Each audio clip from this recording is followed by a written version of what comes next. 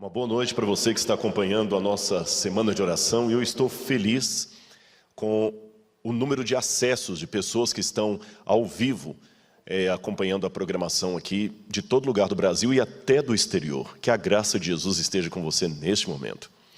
Nós hoje à noite vamos falar um pouco sobre o Apocalipse, agora no capítulo 5 e capítulo 6, a respeito dos selos. E eu quero destacar especialmente o quinto selo de Deus, com uma pergunta que vai aparecer agora na sua tela, que é justamente o título da nossa mensagem hoje. Onde estava Deus? Onde estava Deus? O porquê do martírio? Por que Deus permitiu que o povo dele tivesse que ser martirizado? Eu gostaria de convidar você a abrir a sua Bíblia comigo agora e nós vamos ler o texto, que será o texto base do sermão desta noite. Vamos ler Apocalipse. Apocalipse, capítulo 6, versículos 9 em diante. Apocalipse 6, versos 9 em diante. Eu vou ler, eu espero que você acompanhe de sua casa. É muito bom nós termos esse hábito de acompanhar a pregação lendo a Bíblia, seja no smartphone, seja num aplicativo ou em papel para os que são mais tradicionais, mas não fique só escutando. Na época, eu já expliquei isso aqui, na época em que o Apocalipse foi escrito, realmente as pessoas não tinham condições de ter cada uma cópia da Bíblia em mãos. Por isso que a temática diz, bem-aventurado aquele que lê e aqueles que ouvem. Era muito caro. Mas hoje Deus nos deu a oportunidade de termos mais de um exemplar da Bíblia em casa. Então aproveitemos isso. Eu vou falar um pouco sobre isso essa noite. Apocalipse capítulo 6, versículos 9 em diante diz assim: Quando o Cordeiro quebrou o quinto selo, vi debaixo do altar as almas daqueles que tinham sido mortos por causa da palavra de Deus e por causa do testemunho que deram. Clamaram com grande voz, dizendo: Até quando, ó soberano Senhor, santo e verdadeiro, não julgas nem vingas o nosso sangue dos que habitam sobre a terra? Então a cada um deles foi dada uma veste branca. E lhes foi pedido que repousassem ainda um pouco mais de tempo, até que também se completasse o número dos seus conservos e seus irmãos que haveriam de ser mortos como eles tinham sido. É outra temática complicada da gente entender a princípio, por dois motivos. O primeiro, como eu falei também dos selos ontem, o próprio fato da gente não entender, assim, em primeira mão, pela cultura ocidental, o que Deus quis dizer com aquilo, almas debaixo do altar, clamando por vingança. E Deus dando para elas um prazo para repousar, até que seriam completos os seus conservos que haveriam de ser mortos como eles foram. O que Deus quis dizer com esta mensagem? E o segundo tema complicado dela é para nós que entendemos a morte como um sono, explicar uma passagem que realmente João está falando que vê almas debaixo do altar. Então, realmente, as almas, depois que morrem, elas vão para o céu e elas podem clamar a Deus. Então esse texto estaria sendo um apoio para fazermos celebração aos mortos. O que nós podemos aprender desse texto? Bem, nós temos aqui uma maquete de um santuário que eu gostaria de mostrar para vocês de primeira mão. Eu fiquei muito feliz, foi um presente que eu ganhei, né? Acabei de receber, foi surpresa para mim. Eu entrei aqui na igreja do UNASP, e alguém dos câmeras perguntou assim: você vai usar hoje o santuário? Não, porque eu tinha aquele pequenininho de plástico que eu trouxe de Israel. Eu falei assim: não, hoje eu não vou usar o santuário. Ele falou: porque tem um santuário montado lá na frente da igreja. Eu não entendi. Eu até anotei aqui, vou pedir licença a vocês para ler os nomes. Vou voltar para essa câmera aqui. Quem fez isso aqui é o Iancel. Iancelo é casado com a Mary e ele mora na Argentina, na Universidade Adventista da Argentina, na UAP, ali em Entre Rios, perto da cidade de Entre Rios, ali da cidade de Paraná, não Paraná, estado brasileiro, estou falando da Argentina. E ele, além dos dotes de futuro médico, também sabe fazer maquete, faz muito bem, não estou elogiando só o proforme, não. E ele fez essa maquete e o sogro dele e a sogra que estão aqui, o irmão Isael e a irmã Deusa, trouxeram para mim, junto com o pastor Esmeraldo, um amigo que eu não via há muito tempo, o pastor Esmeraldo. Então eu quero de coração agradecer ao Iancel, que está na Argentina, que Deus o abençoe, muito obrigado. E eu pedi uma licença para ele. Eu falei assim, olha, seria muito egoísmo de minha parte ficar com isso só para mim. Então eu vou colocar no Museu de Arqueologia Bíblica do NASP, que eu já falei, ontem você é convidado a conhecer em breve. Fica lá em Engenheiro Coelho. Mas vou pedir o câmera para me ajudar aqui e vou estrear essa maquete já no sermão de hoje. Você se lembra, o santuário no Antigo Testamento ele tinha mais ou menos o mesmo formato de planta baixa que depois eles usariam no templo. E as visões do Apocalipse são muito próximas disso. João é elevado até o céu e ele vê um altar, o altar de holocausto, que ficava aqui fora no pátio. Só que ele vê o legítimo que está no céu, que esse era uma cópia. Ao invés dele ver uma pia com água onde o sacerdote se lavava, ele viu um mar de vidro no céu. E ao entrar diante do trono de Deus, ele é colocado num primeiro momento aqui, caiu esse altarzinho aqui, vou colocá-lo bem aqui na frente onde ele fica, onde é o lugar dele. Aqui você tem o candelabro. Esse candelabro, não sei se dá para pegar um close aqui, é a menorá. Havia essa menorá aqui no santuário, ela tinha 7 pontas, como você pode ver, tá vendo? E essas 7 pontas eram alimentadas diariamente com um azeite todo especial que era trazido para o altar. Essa menorá representava o Espírito Santo, ela ficava aqui no lugar santo. Aqui, entre a cortina, ficava, na verdade até está ao contrário aqui, eu quero corrigir isso aqui para vocês. A menorá deveria estar lá no fundinho, e aqui fica outra peça. Agora eu acabei de corrigir. Aqui você tinha o altar de incenso. Eu vou explicar a função desse altar de incenso. Ele representava as orações que o povo de Deus oferecia. Eles colocavam o incenso aqui, acendiam, e ele enchia o santuário de fumaça com um cheiro agradável. Ele ficava aqui, em pé, perto da cortina. E aqui você tinha uma mesa com os pães da presença. Eram 12 pães, representando as 12 tribos de Israel, e esses pães eram renovados a cada semana no Shabat. E aqui dentro, no lugar santíssimo, depois que você atravessava o véu, você tinha a Arca da Aliança. Essa Arca da Aliança tinha em cima, na tampa do propiciatório, vou levantar aqui também, vou mostrar na câmera, ela tinha aqui também 2 querubins fundidos de ouro, e ela era transportada, e dentro dela o que você tinha? Você tinha os 10 mandamentos, você tinha a vara de Arão florida e um pouco do maná que foi recolhido no deserto. Representava o trono de Deus, a presença de Deus. No Apocalipse, João vê tudo isso de maneira muito mais clara. Eu quero aplicar apenas mais alguma coisa para você entender a visão de hoje. No processo normal do santuário, o que se fazia era o seguinte: as pessoas entravam com o cordeirinho aqui, ele está dando close, tá bom? Aqui, as pessoas não entravam, só os levitas. Aqui no pátio o cordeiro era morto, sacrificado. Depois que ele era morto, a carne dele era jogada em cima desse altar de holocausto, onde ele era queimado. As cinzas desse altar de holocausto eram retiradas daqui e transportadas para dentro do santuário, onde eram colocadas aqui, no altar de incenso. E o sangue do animal daqui também era transportado para dentro do santuário. No dia da expiação, esse mesmo fenômeno acontecia, porém indo até o lugar santíssimo. Mais uma coisa importante para você entender. Imagine que todos os dias, o animal sendo sacrificado aqui, e o sangue do animal era aspergido nas pontas. E escorria o sangue do animal para as bases do altar. Guarde agora na sua memória essa informação que eu estou dando. À base do altar escorria o sangue do sacrifício. Prestou atenção? E uma última informação: o primeiro fogo desse altar foi aceso, porque um raio de Deus desceu, queimou o sacrifício, e a brasa desse fogo era transportada e mantida lá dentro para acender o altar de incenso. Ou seja, o altar de incenso era queimado com brasas que vinham daqui, que por sua vez foram acesas pelo próprio fogo de Deus. Nadab e Abiú levaram para dentro do santuário fogo estranho, fogo que não foi tirado daqui, por isso foram fulminados.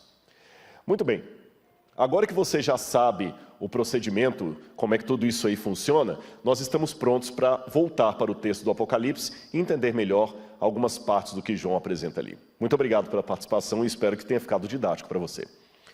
Muito bem, meus irmãos, vamos voltar então agora para a imagem da Bíblia. E vamos ver então como é que tudo isso aqui se aplica ao texto bíblico, só lembrando que João viu o mesmo ritual do santuário no santuário celestial, que é o verdadeiro, aquele que o livro de Hebreus fala que é o verdadeiro tabernáculo, aquele no qual Cristo entrou.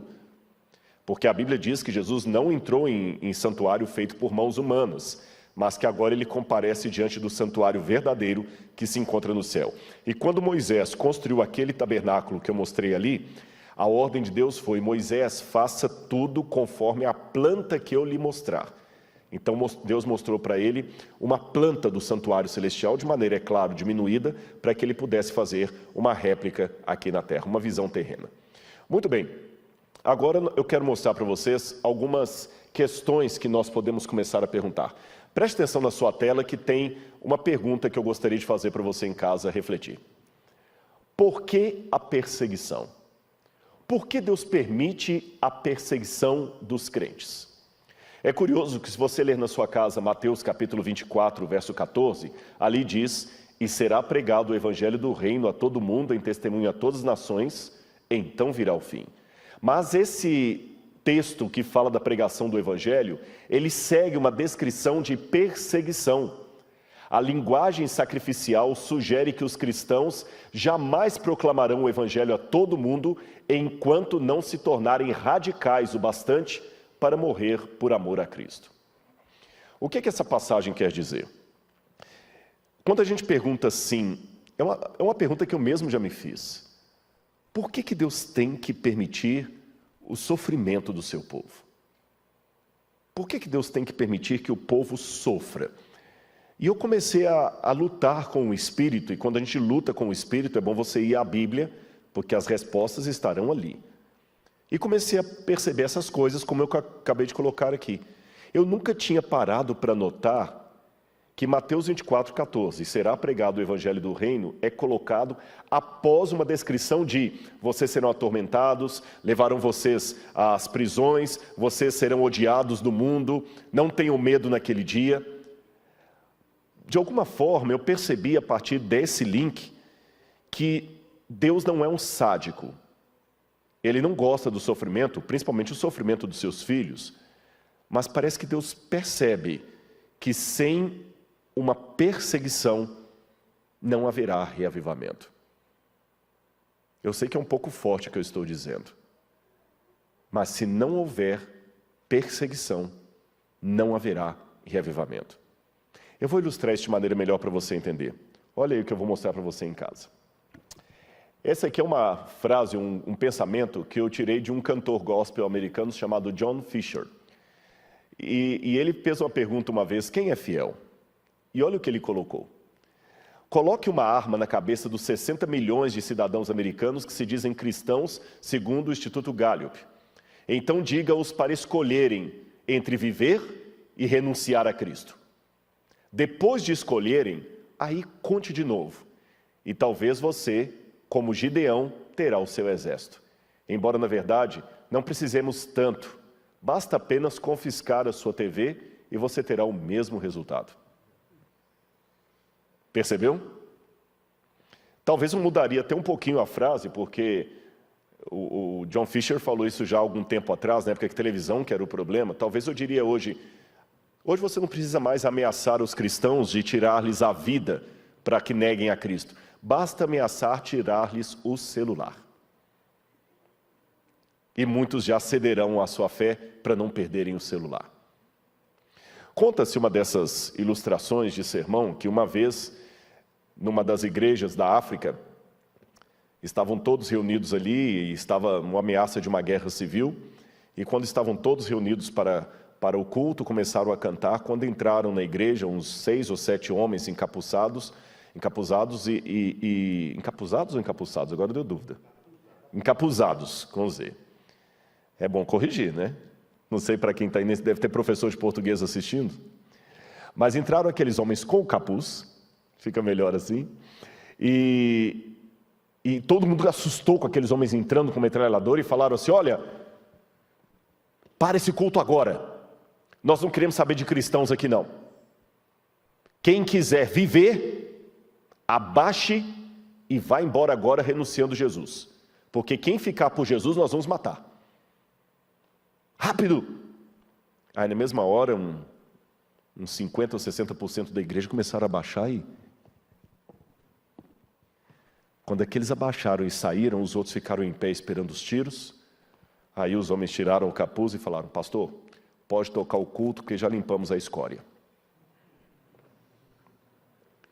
Eu sei que é só uma anedota dessas de ilustrações para sermão, eu não sei se isso aconteceu, mas eu fico cá pensando com os meus botões, será que isso não vai acontecer? Depois de amanhã, eu vou pregar sobre o tempo de angústia, que talvez vai ser o sermão mais dramático de toda essa série. O sermão de sexta-feira, sobre o tempo de angústia. Eu só vou antecipar uma coisa para você. O livro Grande Conflito diz que, ao aproximar-se a tempestade, uma classe numerosa dos que têm professado fé na mensagem do terceiro anjo pulará para as fileiras do adversário.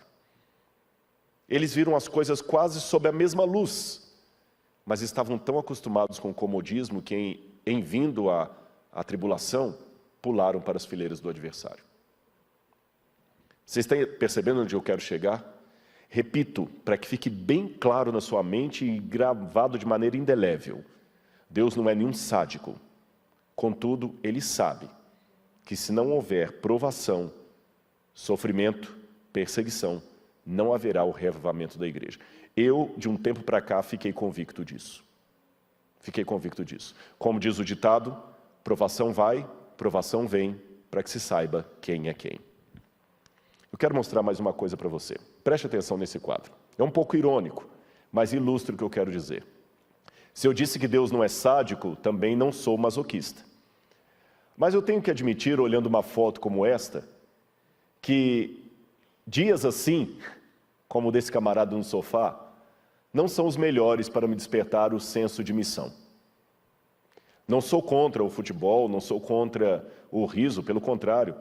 Quem foi meu aluno já deve ter me ouvido falando em sala de aula que se um homem não sabe rir de uma boa piada, desconfie da religião dele. Eu gosto do entretenimento, eu gosto do lazer, eu gosto da agradabilidade, da recreação, do momento do ócio. Há momentos que a vida pede o ócio, que a vida pede um acordar até mais tarde. Eu não sou um fanático, mas eu reconheço que não é no dia da comemoração do campeonato de futebol que eu estaria ansiando a volta de Jesus. É quando eu recebo uma notícia que estou com câncer. Missionários, principalmente aqueles que estão na janela 1040, não têm muito tempo para certas picuinhas tão comuns aqui no Ocidente. Eu quero contar para vocês rapidamente a minha experiência na África. Eu não sou um missionário. Quando eu digo eu não sou missionário, eu quero esclarecer para você. O livro Serviço Cristão diz que todo verdadeiro filho de Deus nasce no reino como missionário. Em termos de membresia da igreja, esse é um espanholismo, um galicismo que eu vou tomar licença para usar aqui, membresia, eu sei que não tem essa palavra em português, mas em termos de membership da comunidade, eu me sinto um missionário, um evangelista, porque eu prego, eu dou estudo bíblico, eu procuro anunciar a volta de Jesus. Então, nesse sentido, como membro da igreja, eu sou um missionário e sou um evangelista. Porém, na teologia, você tem as áreas de especialização. Tem a teologia sistemática, que é aquela que sistematiza mais as doutrinas, tem a teologia bíblica, que é a área que eu me especializei, tem a teologia histórica e tem a teologia aplicada. A teologia aplicada é aquela que lida com o crescimento de igreja, a administração eclesiástica. Eu estava falando isso com o pastor Gilson. Eu falei assim, olha, meu amigo, eu fui distrital pouquíssimo tempo. Para quem não é adventista, eu vou explicar o que é distrital. É como se fosse o pároco. O padre que cuida da paróquia, ele é o pároco. Tá certo? Então, o pastor adventista, ele tem uma paróquia também. Pode ser uma igreja grande, como essa do NASP, que deve ter uns 3.000 membros. Pode ser uma série de igrejas pequenas no interior. Ele é chamado de distrital, porque as igrejas dele formam o seu distrito. Então, eu fui distrital pouco tempo. Eu hoje, se eu tivesse que voltar a cuidar de uma igreja, eu teria que reaprender muita coisa de homilética, arte de pregar, de administração eclesiástica, etc. E existe uma área dentro da teologia aplicada, que é a área de missiologia, tem até mestrado e doutorado em missiologia, onde o sujeito aprende técnicas de evangelismo, de crescimento de igreja. Nesse sentido, eu digo que eu não sou missionário nem evangelista, tá certo? Mas como leigo na área, já fiz meus evangelismos, já fiz evangelismo em Moçambique, já fiz meu evangelismo em Angola, já batizaram centenas de pessoas em Angola, em Moçambique, no Sudão. No Sudão foi um evangelismo meio por acidente. Mas eu quero contar uma história de Moçambique. Eu fui pregar ali e era interessante que aqueles irmãos não tinham conforto praticamente nenhum. Era a cidade, eu sei que há pessoas de Moçambique que provavelmente estejam assistindo a gente, talvez não agora, mas a reprise, por causa do fuso horário, lá vai estar muito tarde. Mas os irmãos moçambicanos, para saber onde eu fiz evangelismo, foi na cidade de Quelimane. Nós fomos de Maputo para Quelimane, atravessando o rio Zambeze, e nós batizamos ali quase 500 pessoas, num lago que tinha sanguessuga e cobra. Mas a parte que mais me chamava a atenção, irmãos, era que eu pregava, poucas pessoas tinham Bíblia na mão. E cabia num espaço assim, que você contava um espaço para 300 pessoas, tinha 500, 600. E um ânimo, e eles ficavam, e a gente ficava e pregava. Eu lembro de um dia que eu estava pregando e todo mundo ficou assustado, porque tinha um feiticeiro que foi até a porta e começou a jogar feitiço em mim. Outro dia apareceu um animal morto lá de feitiço, e os irmãos tinham muito medo disso. E eles lidam com o diabo direto. Direto. Mas no dia do batismo, foi uma coisa tão linda. A gente foi fazer o batismo, e eu pregava num lugar que até a energia vinha do vizinho, era uma coisa muito simplória. Eu nunca preguei no Brasil, no lugar mais pobre do Brasil, que foi... O lugar mais pobre que eu preguei no Brasil tinha mais condições do que ali. Mas o ânimo daqueles irmãos na hora de cantar. E eles andando assim, cantando, a gente andou para o lugar do batismo mais ou menos uns 3 ou 4 quilômetros. Alguns de pé no chão, mas uma alegria. Eu tenho esse filme guardado em algum lugar que eu gravei, na época com uma dessas maquininhas de filmar mesmo. E uma mulher com uma trouxinha aqui atrás. Eu falei assim, ela falou, pastor, manda um abraço pessoal do Brasil, e cada um falando num dialeto diferente, porque embora a língua oficial seja o português, eles têm muitos dialetos. Tem o manhaua, tem outros que eles falam lá. Aí eu falei, irmã, e o que a senhora quer mandar para o Brasil? Pede o Brasil para mandar para a gente Inário, livro do Espírito de Profecia, e Bíblia, a gente precisa. Só não tem Inário? Não tenho.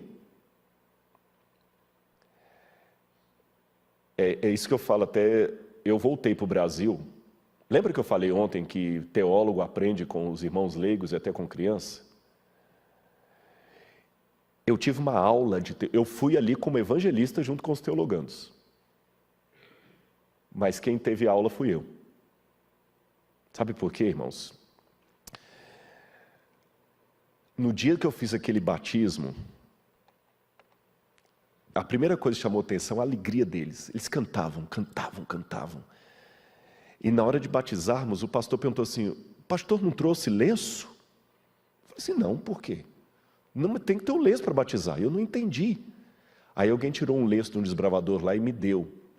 É porque lá, pastores, eles batizam, e depois que batizam, você com o lenço tem que enxugar o rosto da pessoa, como um gesto de carinho.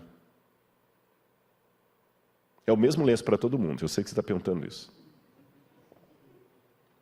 Mas ao mesmo tempo que eles têm esse gesto de carinho, eu fiquei até assustado, porque numa conferência foram quase 400, quase 500 pessoas que batizaram. E eu perguntei, eles vão ficar firmes como em Angola? Em Angola a gente fez o projeto Esperança Angola lá, foram milhares que batizaram. Eu preguei num estádio para 70 mil pessoas. E depois eu saí daquele estádio, tinha um outro estádio com 40 mil pessoas. E eu perguntei, esse pessoal vai ficar na igreja? Fica. E no dia do batismo foi interessante, porque antes de fazer, na igreja adventista, nós temos a profissão de fé. Nós vamos ter um batismo aqui hoje, você vai ver. E a pessoa dá a afirmação dela, eu aceito isso. Aí as pessoas fazem uma profissão de fé, depois o ancião ia pedindo aos poucos assim, agora fica todo mundo de costas. Aí eles ficaram de costas para o povo. Aí falar, agora a questão de costas, eu quero perguntar aqui, os irmãos sabem se algum desses aqui está devendo no mercado, se não pagou no mercado, se alguma mulher está saindo com homem casado, vocês sabem se algum deles aqui tem problema com a justiça, se tiver pode levantar a mão, eles estão de costas. Não tem? Eles estão bem para vir? Então agora pode virar. Ou seja, eles não facilitam a coisa. E vêm com firmeza para a igreja. No dia que eu estava indo embora, é até diferente quando você vai para Estados Unidos e quando você vai para lá. Estados Unidos você vai com a mala vazia e volta com ela cheia, porque aproveita para trazer muita coisa e muita gente pede coisa. Lá você vai com a mala cheia e volta com a mala vazia. Eu voltei com a mala literalmente vazia. Eu deixei tudo lá. E quando eu estava vindo no último dia, eu lembro que um dos pastores que nos trouxe é o pastor Sábado. Eu lembro que na época eu falei com ele, o senhor chama Sábado? Eu falei, eu chamo Sábado. Eu falei, o pastor da nossa união lá, que tinha acabado de ser eleito, é o pastor Domingos. Ele falou assim, ele está errado, o certo sou eu. E eu falei, pastor Sábado, ele assim, todo feliz. Eu dei para ele um livro, Patriarcas e Profetas. Ele abraçou aquele livro e falou assim, nossa, desde o seminário que eu não tenho um desse. Muito obrigado. Aí naquela hora eu virei e falei assim, pastor, você gostaria de ficar com o meu terno? Pastor, vai me dar o seu terno? Ele falou, sabe por que eu ofereci? Porque ele estava durante toda a campanha com o mesmo paletó, uma paletó de uma cor, calça de outra. E bem surradinho. Eu falei, se servir, se o irmão não se importar, não é lixo que eu estou lhe dando, a gente fica até com vergonha de ofender, né? Ele falou assim, não, há de servir. Eu falei, mas não, há de servir, minha esposa costura, há de servir. Eu subi até o quarto, peguei a última roupa que eu tinha, a última muda de roupa limpa que eu tinha, peguei o terno dele, o senhor me abraçou o terno. E aqui no Brasil, eu posso falar com você sem medo, pastor adventista não fica rico. Pode ter certeza, não fica não. Não fica não. Nós temos até um acordo que a gente tem, chama-se acordo, depois eu vou falar sobre isso amanhã ou quinta-feira aí, que nós não podemos ter uma segunda fonte de renda, porque a igreja já nos dá a nossa manutenção. Então, por exemplo, eu faço guia em Israel, mas eu não recebo por isso. A TV não me paga 2 salários, um pela Novo Tempo, outro pela igreja e outro pelo NASP, não. E o mesmo salário que eu recebo é o salário que recebe o presidente da igreja para toda a divisão sul-americana, é o mesmo que recebe o pastor Gilson aqui, é o mesmo que está recebendo um pastor que está na igreja lá do interior do Vale de Jegue de Dentro. A diferença é lógica, é só a escala, quando você entra, então não dá para ficar rico. Mas também a igreja cuida bem de nós. Em que sentido? No Brasil a gente tem letra, que é um auxílio para comprar livro, que a gente estuda bastante. Tem auxílio quilometragem. Tem auxílio saúde. E nós ainda reclamamos. Eu percebi que o que estava faltando no meu ministério era passar mais tempo na África. Porque você volta com vergonha e senso de missão. Entendeu o que eu quis dizer com Deus permitir a perseguição? É uma bênção, pastor Gilson, ter uma igreja bonita como essa que confiaram para vocês cuidarem. Vocês 3 que estão aqui. É uma bênção ter uma TV como a Novo Tempo. Mas eu entendo que essas coisas podem nos distrair. E para que o reavivamento final venha, Deus vai ter que permitir que nos tirem tudo isso quando a perseguição chegar. Foi a perseguição que fez os apóstolos saírem de Jerusalém. Perceberam? Então, se você está hoje chateado porque está se sentindo perseguido por sua fé, eu te digo assim, glorifique a Deus. Mas vamos voltar aqui mais um texto que eu quero mostrar para vocês. 1 Pedro capítulo 4, versículos 12 a 16 diz assim, amados, não se surpreendam com o fogo que surge entre vocês para prová-los, como se algo estranho estivesse acontecendo, mas alegrem-se à medida que participam dos sofrimentos de Cristo, para que também, quando a sua glória for revelada, vocês exultem com grande alegria. Se vocês são insultados por causa do nome de Cristo, felizes são vocês, pois o Espírito da glória, o Espírito de Deus repousa sobre vocês. Se algum de vocês sofre, que não seja como assassino, ladrão, criminoso, ou como quem se intromete em negócios alheios. Contudo, se sofre como cristão, não se envergonhe, mas glorifique a Deus por meio desse nome. E pena que às vezes eu encontro pessoas que saem da igreja porque estão sofrendo. Desistem de Deus porque estão sofrendo.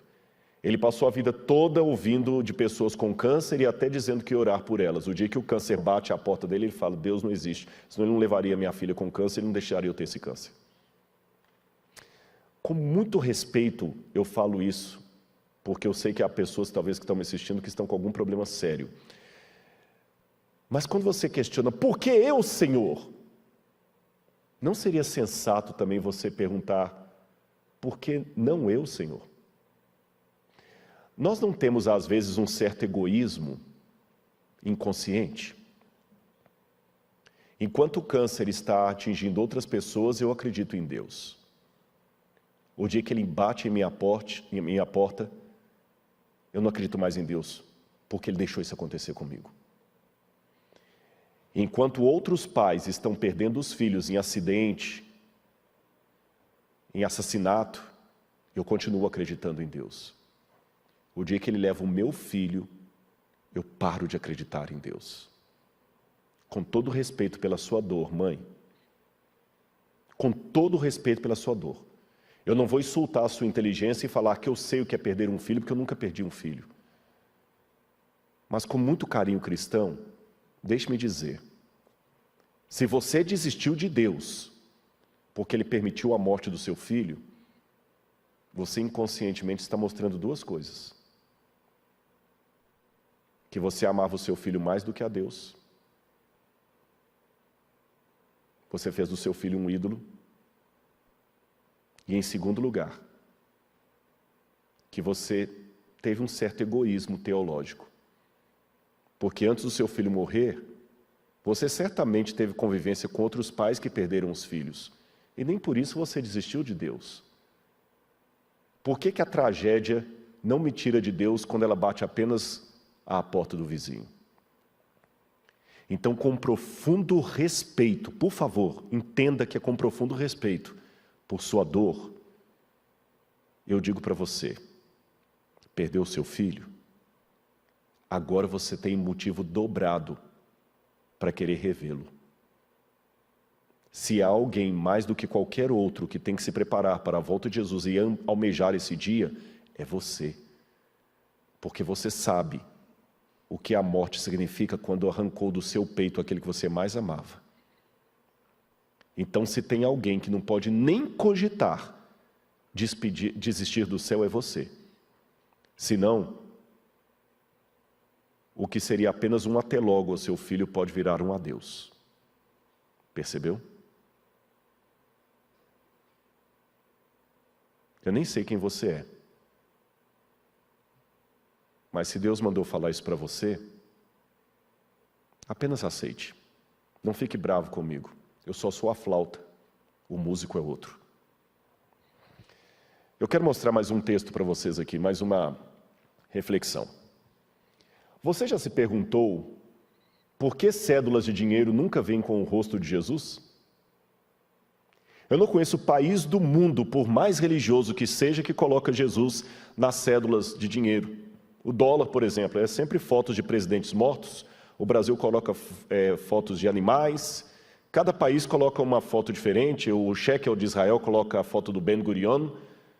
Mas nenhuma foto põe nenhum país, por mais religioso que seja, nem o Vaticano, embora o Vaticano não tenha moeda própria, mas acho que nem o Vaticano, se tivesse uma moeda própria, colocaria o nome de Jesus numa cédula de dinheiro.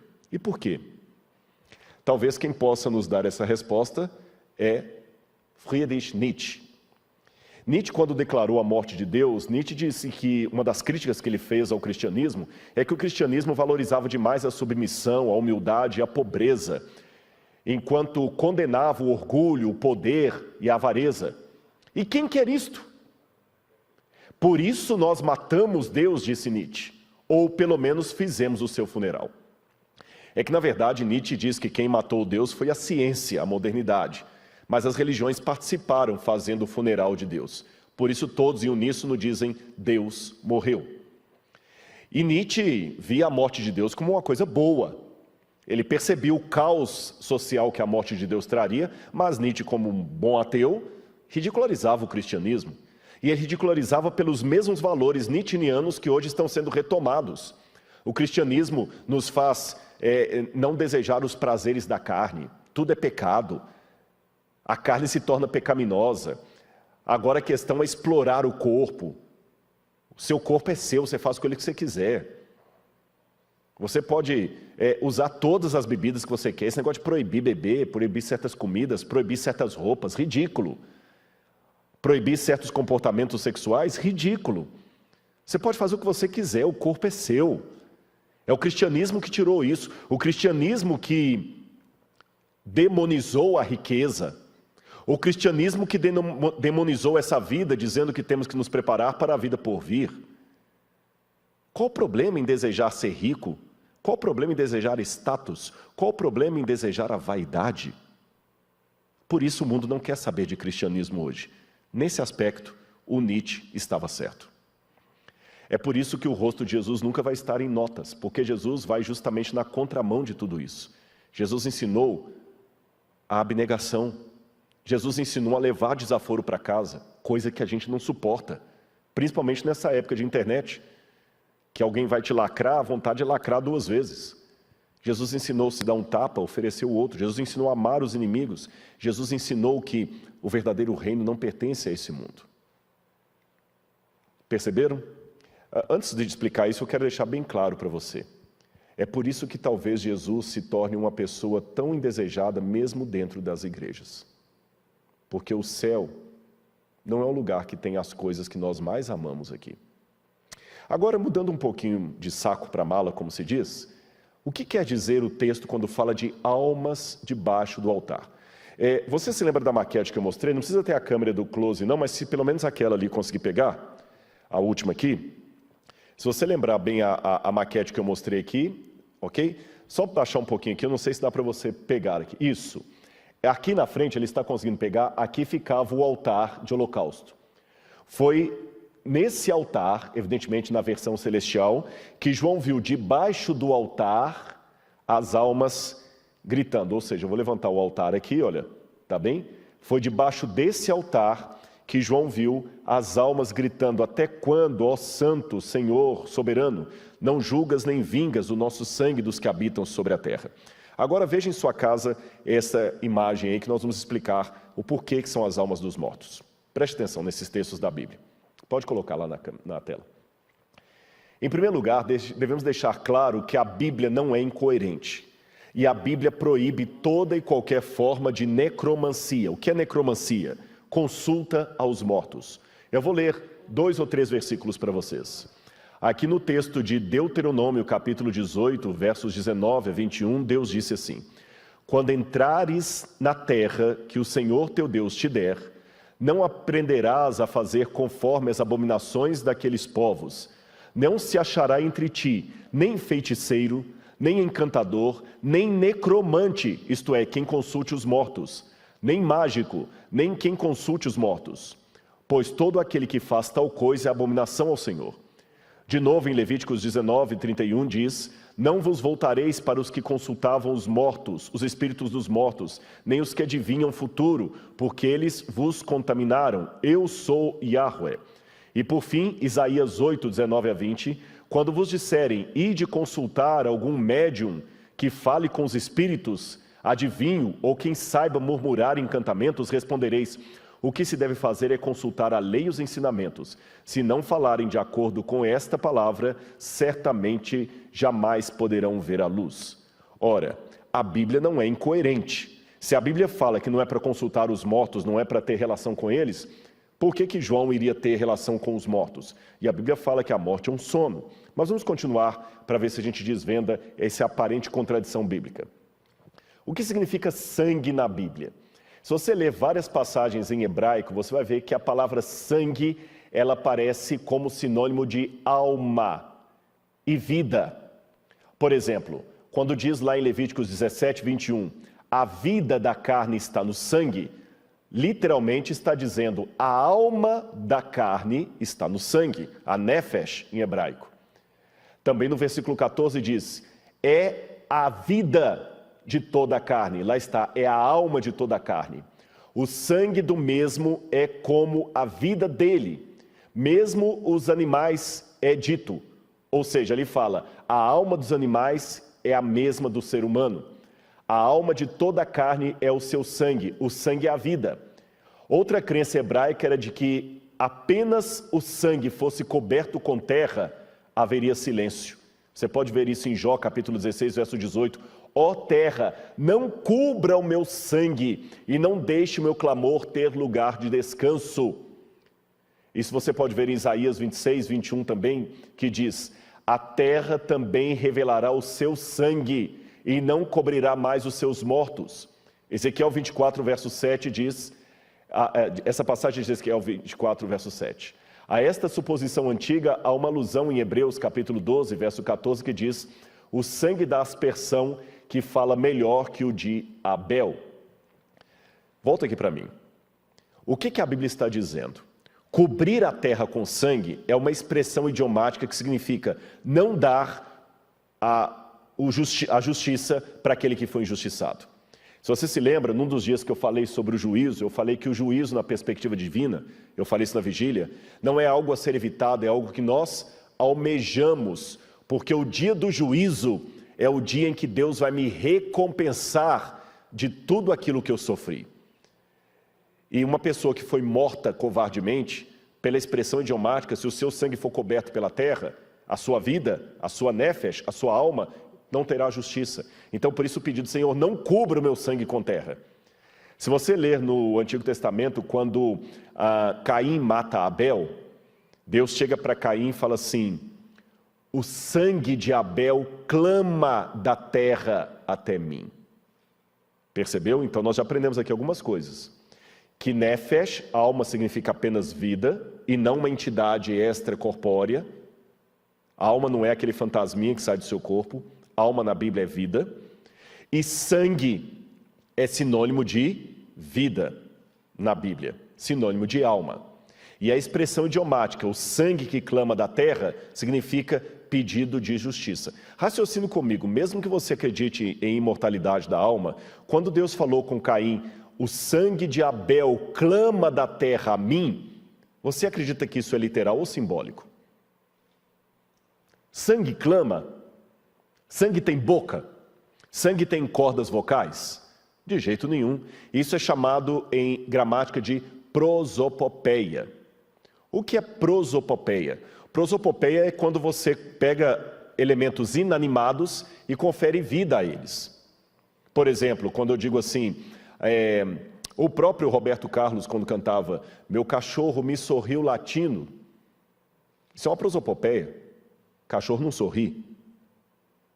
É quando você pega a fala ou qualquer coisa que é de alguém e atribui a um ser inanimado ou até um animal também. Pode ser até um ser animado, mas um animal. Quando você fala o seguinte, as aves todos os dias me dão um bom dia antes de trabalhar. A ave não dá bom dia para ninguém. Isso é uma forma de expressão. Ou quando você fala assim, a pilha de roupa na máquina ficava todo dia me chamando. Vem me lavar, vem me lavar. Pilha de roupa não fala. Isso é uma prosopopeia, muito comum na língua portuguesa. E também na língua hebraica, na língua da Bíblia. Agora que você sabe que prosopopeia é emprestar fala e voz a objetos ou seres que não têm fala nem voz, você entende por que fala o sangue de Abel clama da terra a mim. Prosopopeia. Quer exemplo de prosopopeia na Bíblia? Aqui vai alguns. Preste atenção aí. Olha o que diz o livro de Juízes, capítulo 9, versículo 8 e 9. Aconteceu uma vez que as aves quiseram ungir um rei sobre si. Disseram, pois, a oliveira, reina sobre nós. Mas a oliveira lhes disse, deveria eu renunciar à minha gordura com que se glorifica a Deus e os homens e deveria ir e oscilar entre outras árvores? Veja, a árvore não vai eleger rei, isso é uma prosopopeia. Outro exemplo de prosopopeia, Jó capítulo 26, verso 11. As próprias colunas do céu estão pasmadas.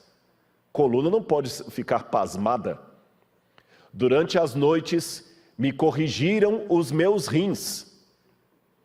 Os rins chamaram a atenção. Isso é prosopopeia, Salmo 16, verso 7. Levantai as vossas cabeças, ó portões. Salmo 24, verso 7. Olha, a porta não tem cabeça para levantar a cabeça.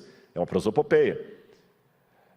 Que a minha glória entoe melodias. Glória não canta. Salmo 30, verso 12. Que jubilem os ossos que quebraste. Salmo 51, verso 8. O próprio mar viu e pôs-se em fuga. Salmo 114, verso 3. Ele faz prantear a escarpa e a muralha. Lamentações, capítulo 2, perdi o verso ali. Ora, muro não lamenta. Quando as estrelas da alva juntas cantavam, estrela não canta. Então isso é prosopopeia. Percebeu? Então vamos raciocinar juntos aqui. Se prosopopeia é emprestar voz a seres inanimados, ou até mesmo a comportamentos de seres animados em seres inanimados, então sangue não fala a não ser em figura de linguagem.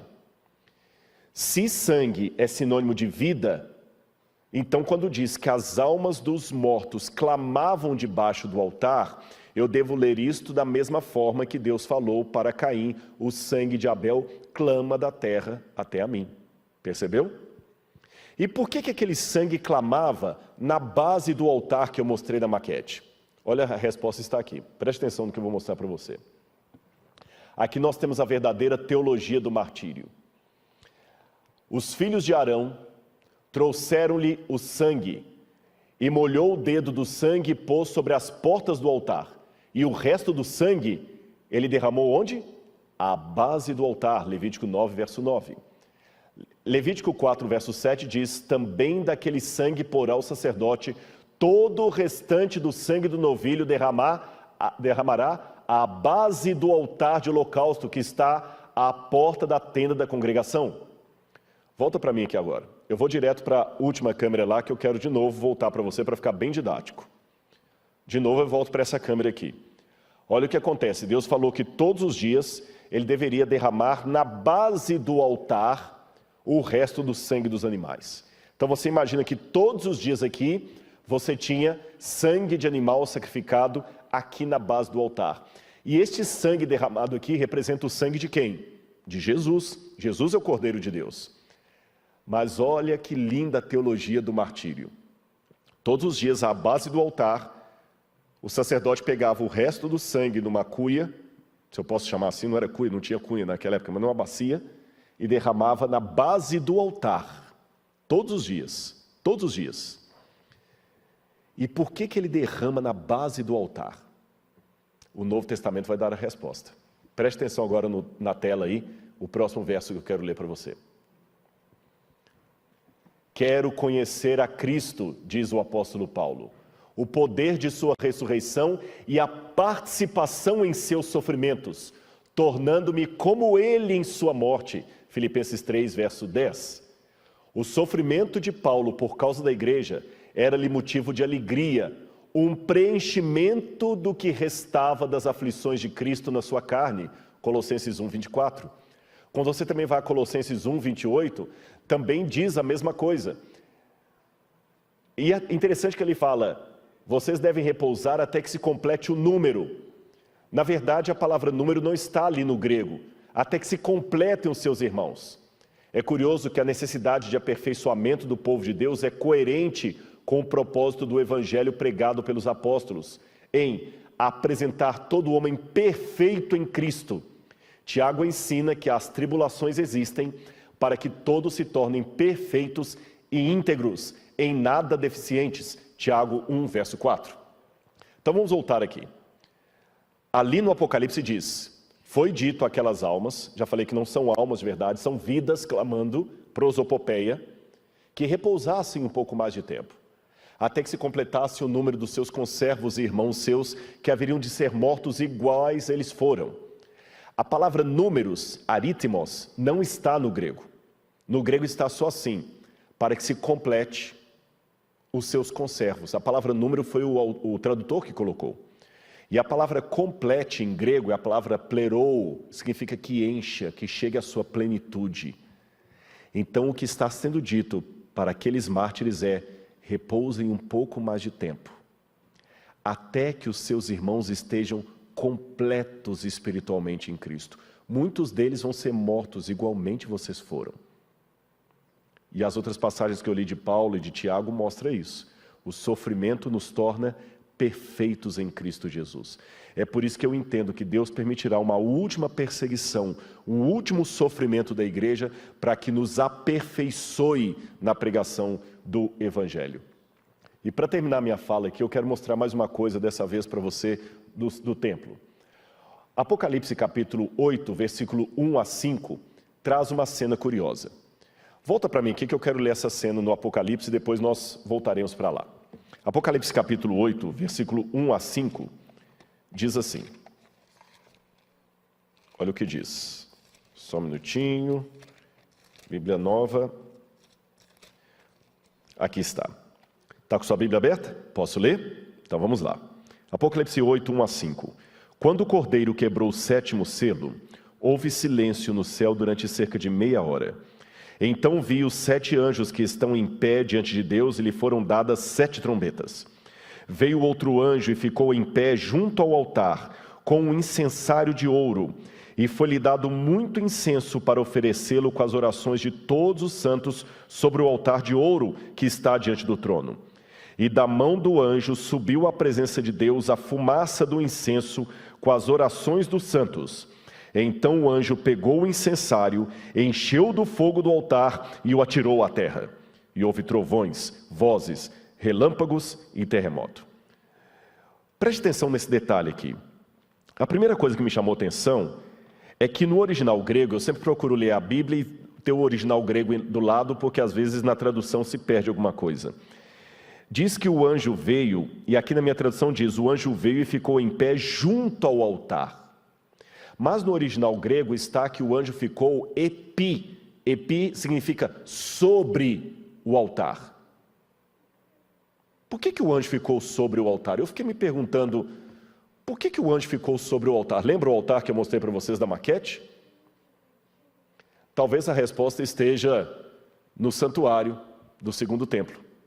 Olha lá, no segundo templo, no templo de Salomão e no templo que João conheceu, o altar de holocausto era muito alto. Ele não era tão baixo como o antigo. E havia uma escada para ir até o topo. Então aí eu entendo que o anjo estava sobre o altar, porque na época de João, estão vendo pequenininho o sacerdote em cima do altar? Para jogar a carne do animal sobre o altar, o sacerdote tinha que literalmente subir sobre o altar. E é ali que ele jogava o sacrifício. E é na base daquele altar que as almas estavam clamando. Então, o anjo, que aqui é Cristo, pega as cinzas daquele altar, as brasas daquele altar, para oferecer lá no altar de incenso que estava dentro do santuário, que são as orações dos santos. E ele pega aquele altar, aquele incensário, e joga na terra. E quando ele joga na terra, há terremotos, trovões e tudo mais. Sabe o que significa essa passagem? Deus estará atendendo a oração dos mártires. É o momento em que a porta da graça vai se fechar. Basta! E Deus faz isso com ímpeto, com força. E quando você vai para Apocalipse capítulo 15, você vê de novo o desdobramento disso. O santuário se encheu de fumaça da glória de Deus. E ninguém podia entrar no santuário. Sabe por quê?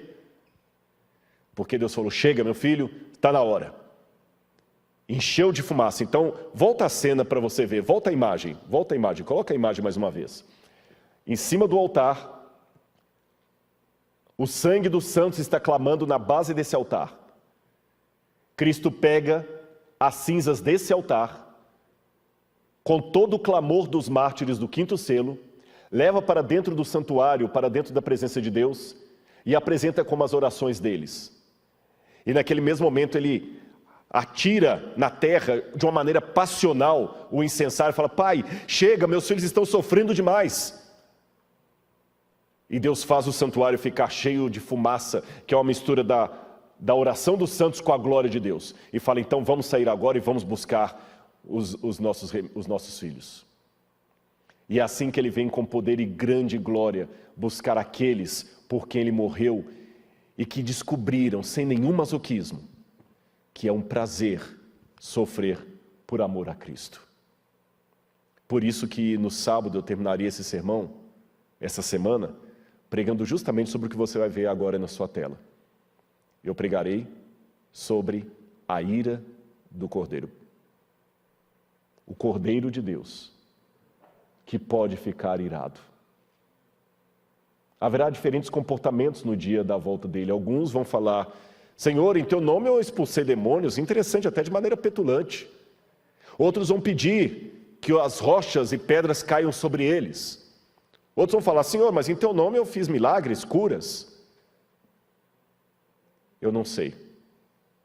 Eu quero estar do lado daqueles que estão com Cristo. E eu quero terminar esse sermão aqui dizendo uma coisa para você. Está sofrendo, está doendo? Vamos mostrar para os ateus que a Bíblia não é apenas teoria. Porque às vezes eu posso, na minha impaciência, dar o maior argumento que um ateu pode ter contra a religião. Você compraria remédio numa farmácia que o próprio farmacêutico não acredita na qualidade dos produtos? Como é que um ateu vai acreditar na Bíblia se eu que digo seguir a Bíblia me impaciento quando eu sofro? Eu agora, nesse exato momento que eu estou falando para vocês, eu estou vivendo uma fase muito boa da minha vida, graças a Deus. Mas eu tenho a consciência de duas coisas. Essa fase boa foi antecedida por uma fase de muito sofrimento, muita lágrima, muita angústia. Uma angústia que me dá moral, sim, para dizer para você, eu sei o que é padecer por Cristo. Eu sei. Eu posso não estar sentindo o que você está sentindo, mas eu sempre digo, não importa se é dor de cabeça ou dor de dente, dor é dor. E eu sei que essa fase boa pode ser quebrada a qualquer momento por uma provação. Eu só peço a Deus que se de repente essa fase boa que eu estou passando for atropelada por alguma coisa que não estava no script, pelo menos não no meu, que eu nunca abandone a Jesus. Porque eu sei que se o Senhor me permitir ficar vivo até a volta dele, eu passaria uma grande angústia e terei que escolher entre a minha liberdade e a Cristo. E se a Bíblia fala que é um privilégio sofrer por Cristo, se Paulo e Silas estavam cantando na cadeia enquanto estavam sendo surrados, por que eu vou apresentar tantos queixumes? Por quê? Aceite a Jesus como seu Salvador pessoal, porque existe uma promessa, que quando Ele vier, Ele vai falar assim, estes são aqueles que vieram da grande tribulação. Nunca mais o sol esquentará sobre eles, nunca mais terão fome nem sede. Podem ter certeza, meu irmão, a oração dos mártires será atendida. E até o momento em que Cristo possa rodar o incensário e jogá-lo na terra dizendo, basta, eu tomei minha decisão, minha tripla decisão. Todos os dias eu corro de novo para o pé da cruz, choro pelos meus pecados. Todos os dias eu aceito a Jesus como meu Salvador pessoal e todos os dias eu conclamo pessoas como você a aceitarem a Jesus. E nós vamos ter nesse momento uma cerimônia especial. Você vai ver ali na frente um batismo de alguém que não teve vergonha nem receio de dizer que ele aceitou Jesus como seu Salvador pessoal. Eu imagino que não foi fácil chegar até aqui. Mas, sabe por que eu estou vindo aqui à frente? Eu estou representando todos aqueles que talvez precisam tomar uma decisão Abre só um pouquinho a câmera para ver isso. Aqueles que estão precisando tomar uma decisão ainda não tomaram. Se eu estivesse numa situação normal da igreja aqui, eu estaria convidando você para vir aqui à frente para orar com você. Mas já que eu não posso fazer isto, eu vou inventar, vou fazer virtualmente. Eu vim aqui para frente, de mão dada, para representar você. Eu estou ouvindo como se fosse você atendendo esse apelo. Não vai ser fácil a sua vida. Você comprou uma briga séria agora com as trevas. Nós estamos num grande conflito entre o bem e o mal, e os dois lados querem você. Mas eu tenho uma boa notícia para te dar. Você tem um exército à sua disposição. E o Senhor Jesus vai estar com você. E com você também. Eu tenho orado para que Deus te traga de volta. E olha lá que eu sei que seus pais estão assistindo a gente. Olha aí, papai e mamãe. Eliakim e Eulália. Ontem eu mandei um vídeo para vocês. Olha quem aceitou o convite, veio aqui à frente, em nome de Jesus. Amém. Que Deus abençoe vocês, viu? Prezado Leonardo, aqui nessas águas você traz todos os seus pecados e renascerá para uma nova vida em Cristo Jesus. E conforme a sua decisão, e bem como também a sua profissão de fé em Cristo Jesus, aceitando a Ele como seu Salvador e Senhor de sua vida, aceitando também a todos os ensinamentos bíblicos e princípios apresentados na Palavra de Deus e defendidos pela Igreja Adventista do Sétimo Dia, para a remissão de todos os seus pecados, eu, como ministro do Evangelho, o batizo em nome do Pai, do Filho e do Espírito Santo. Amém? Amém.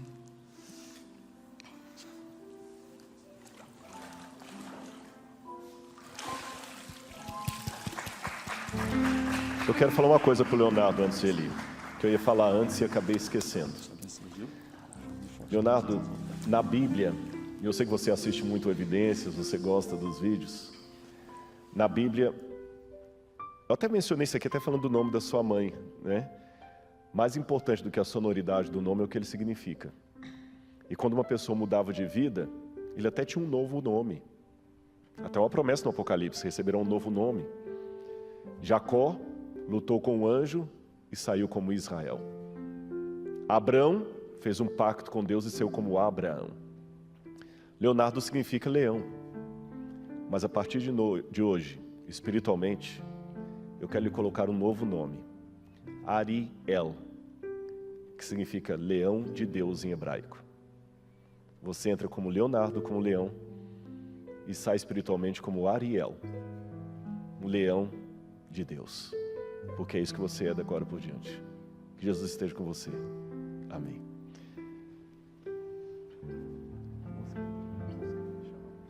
Nós vamos ter uma música especial agora.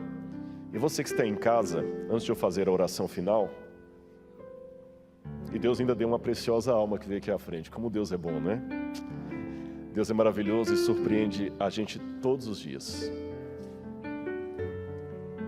E Ele vai nos surpreender ainda mais quando nós encontrarmos todas essas pessoas no céu.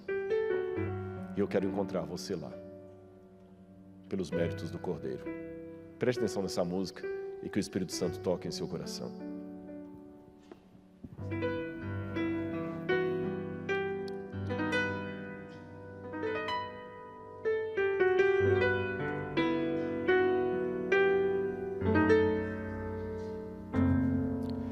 Vejo lágrimas rolando em um rosto inocente, e a dor, a mágoa e o pranto mostram-se presentes em vazios corações em que falta o amor, pois vivem sós em ilusões procurando um protetor, falta só o amor que Cristo pode dar. Venha e se entregue agora, Ele lhe protegerá. Falta só o amor, a luz e o perdão. Venha a Cristo, Ele vai preencher o vazio do seu coração.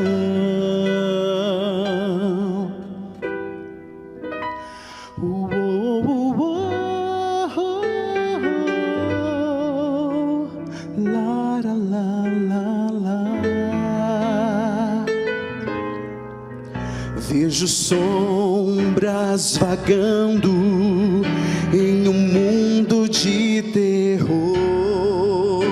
São sombras refletidas de almas sem valor,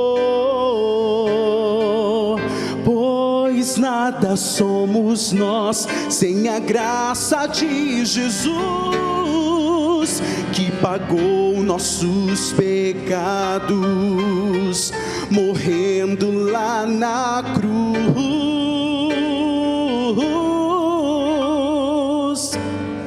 Falta só o amor que Cristo pode dar. Venha e se entregue agora, Ele lhe protegerá. Falta só o amor,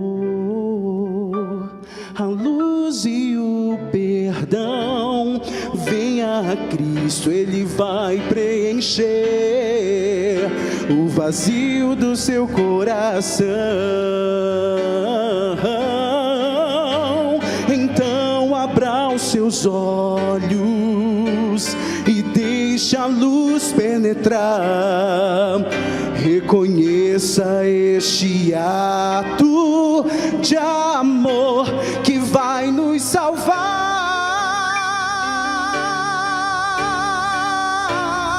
Falta só o amor que Cristo pode dar. Venha e se entregue agora, Ele lhe protegerá. Falta só o amor, a luz e o perdão. Venha a Cristo, Ele vai preencher o vazio do seu coração.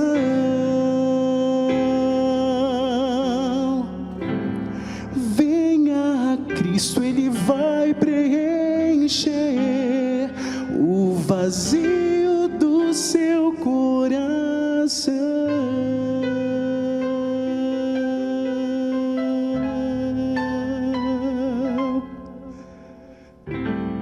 Venha a Cristo, Ele vai preencher o vazio do seu coração.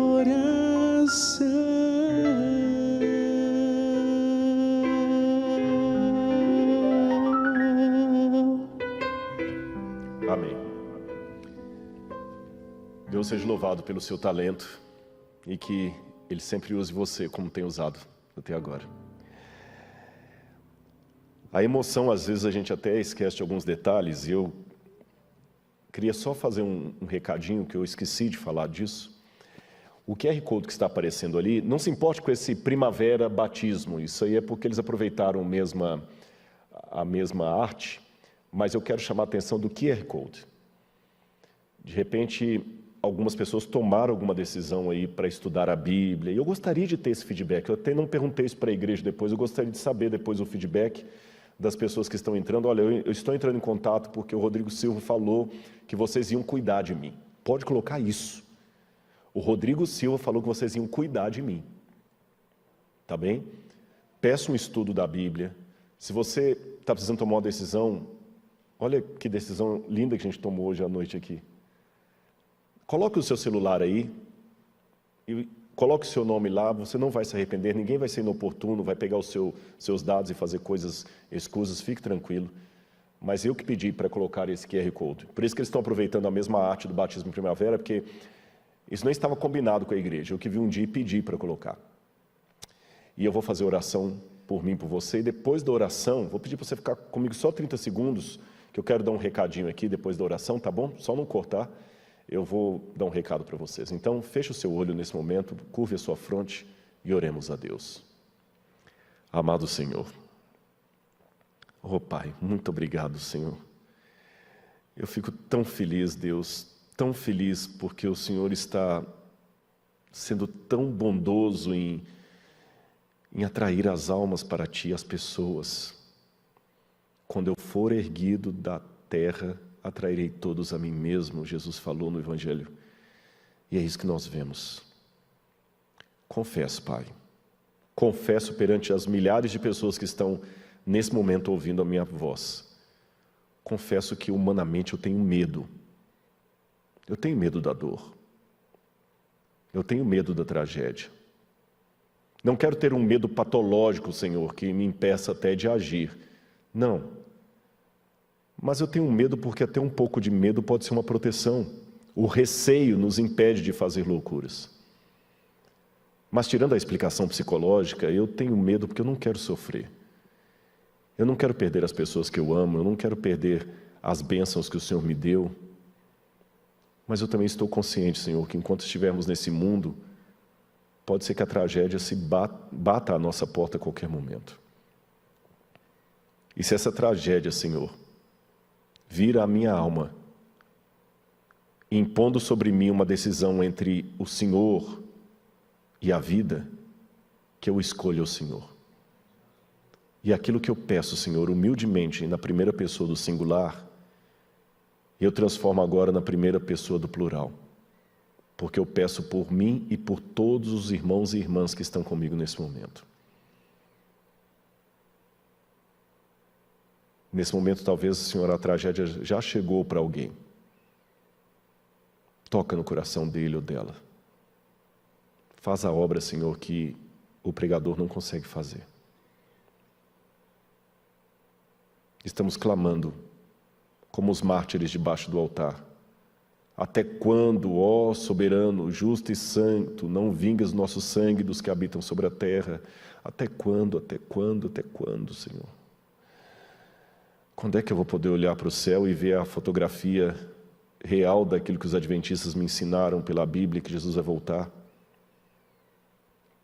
Eu já estou nessa igreja há tanto tempo, Senhor, mas confesso que eu já cansei de ver fotografias da volta de Jesus, imagens, desenhos, bem feitos, é verdade, mas eu quero ver de verdade. Mas o Senhor que sabe, Senhor. O Senhor sabe quando é que será o dia do advento.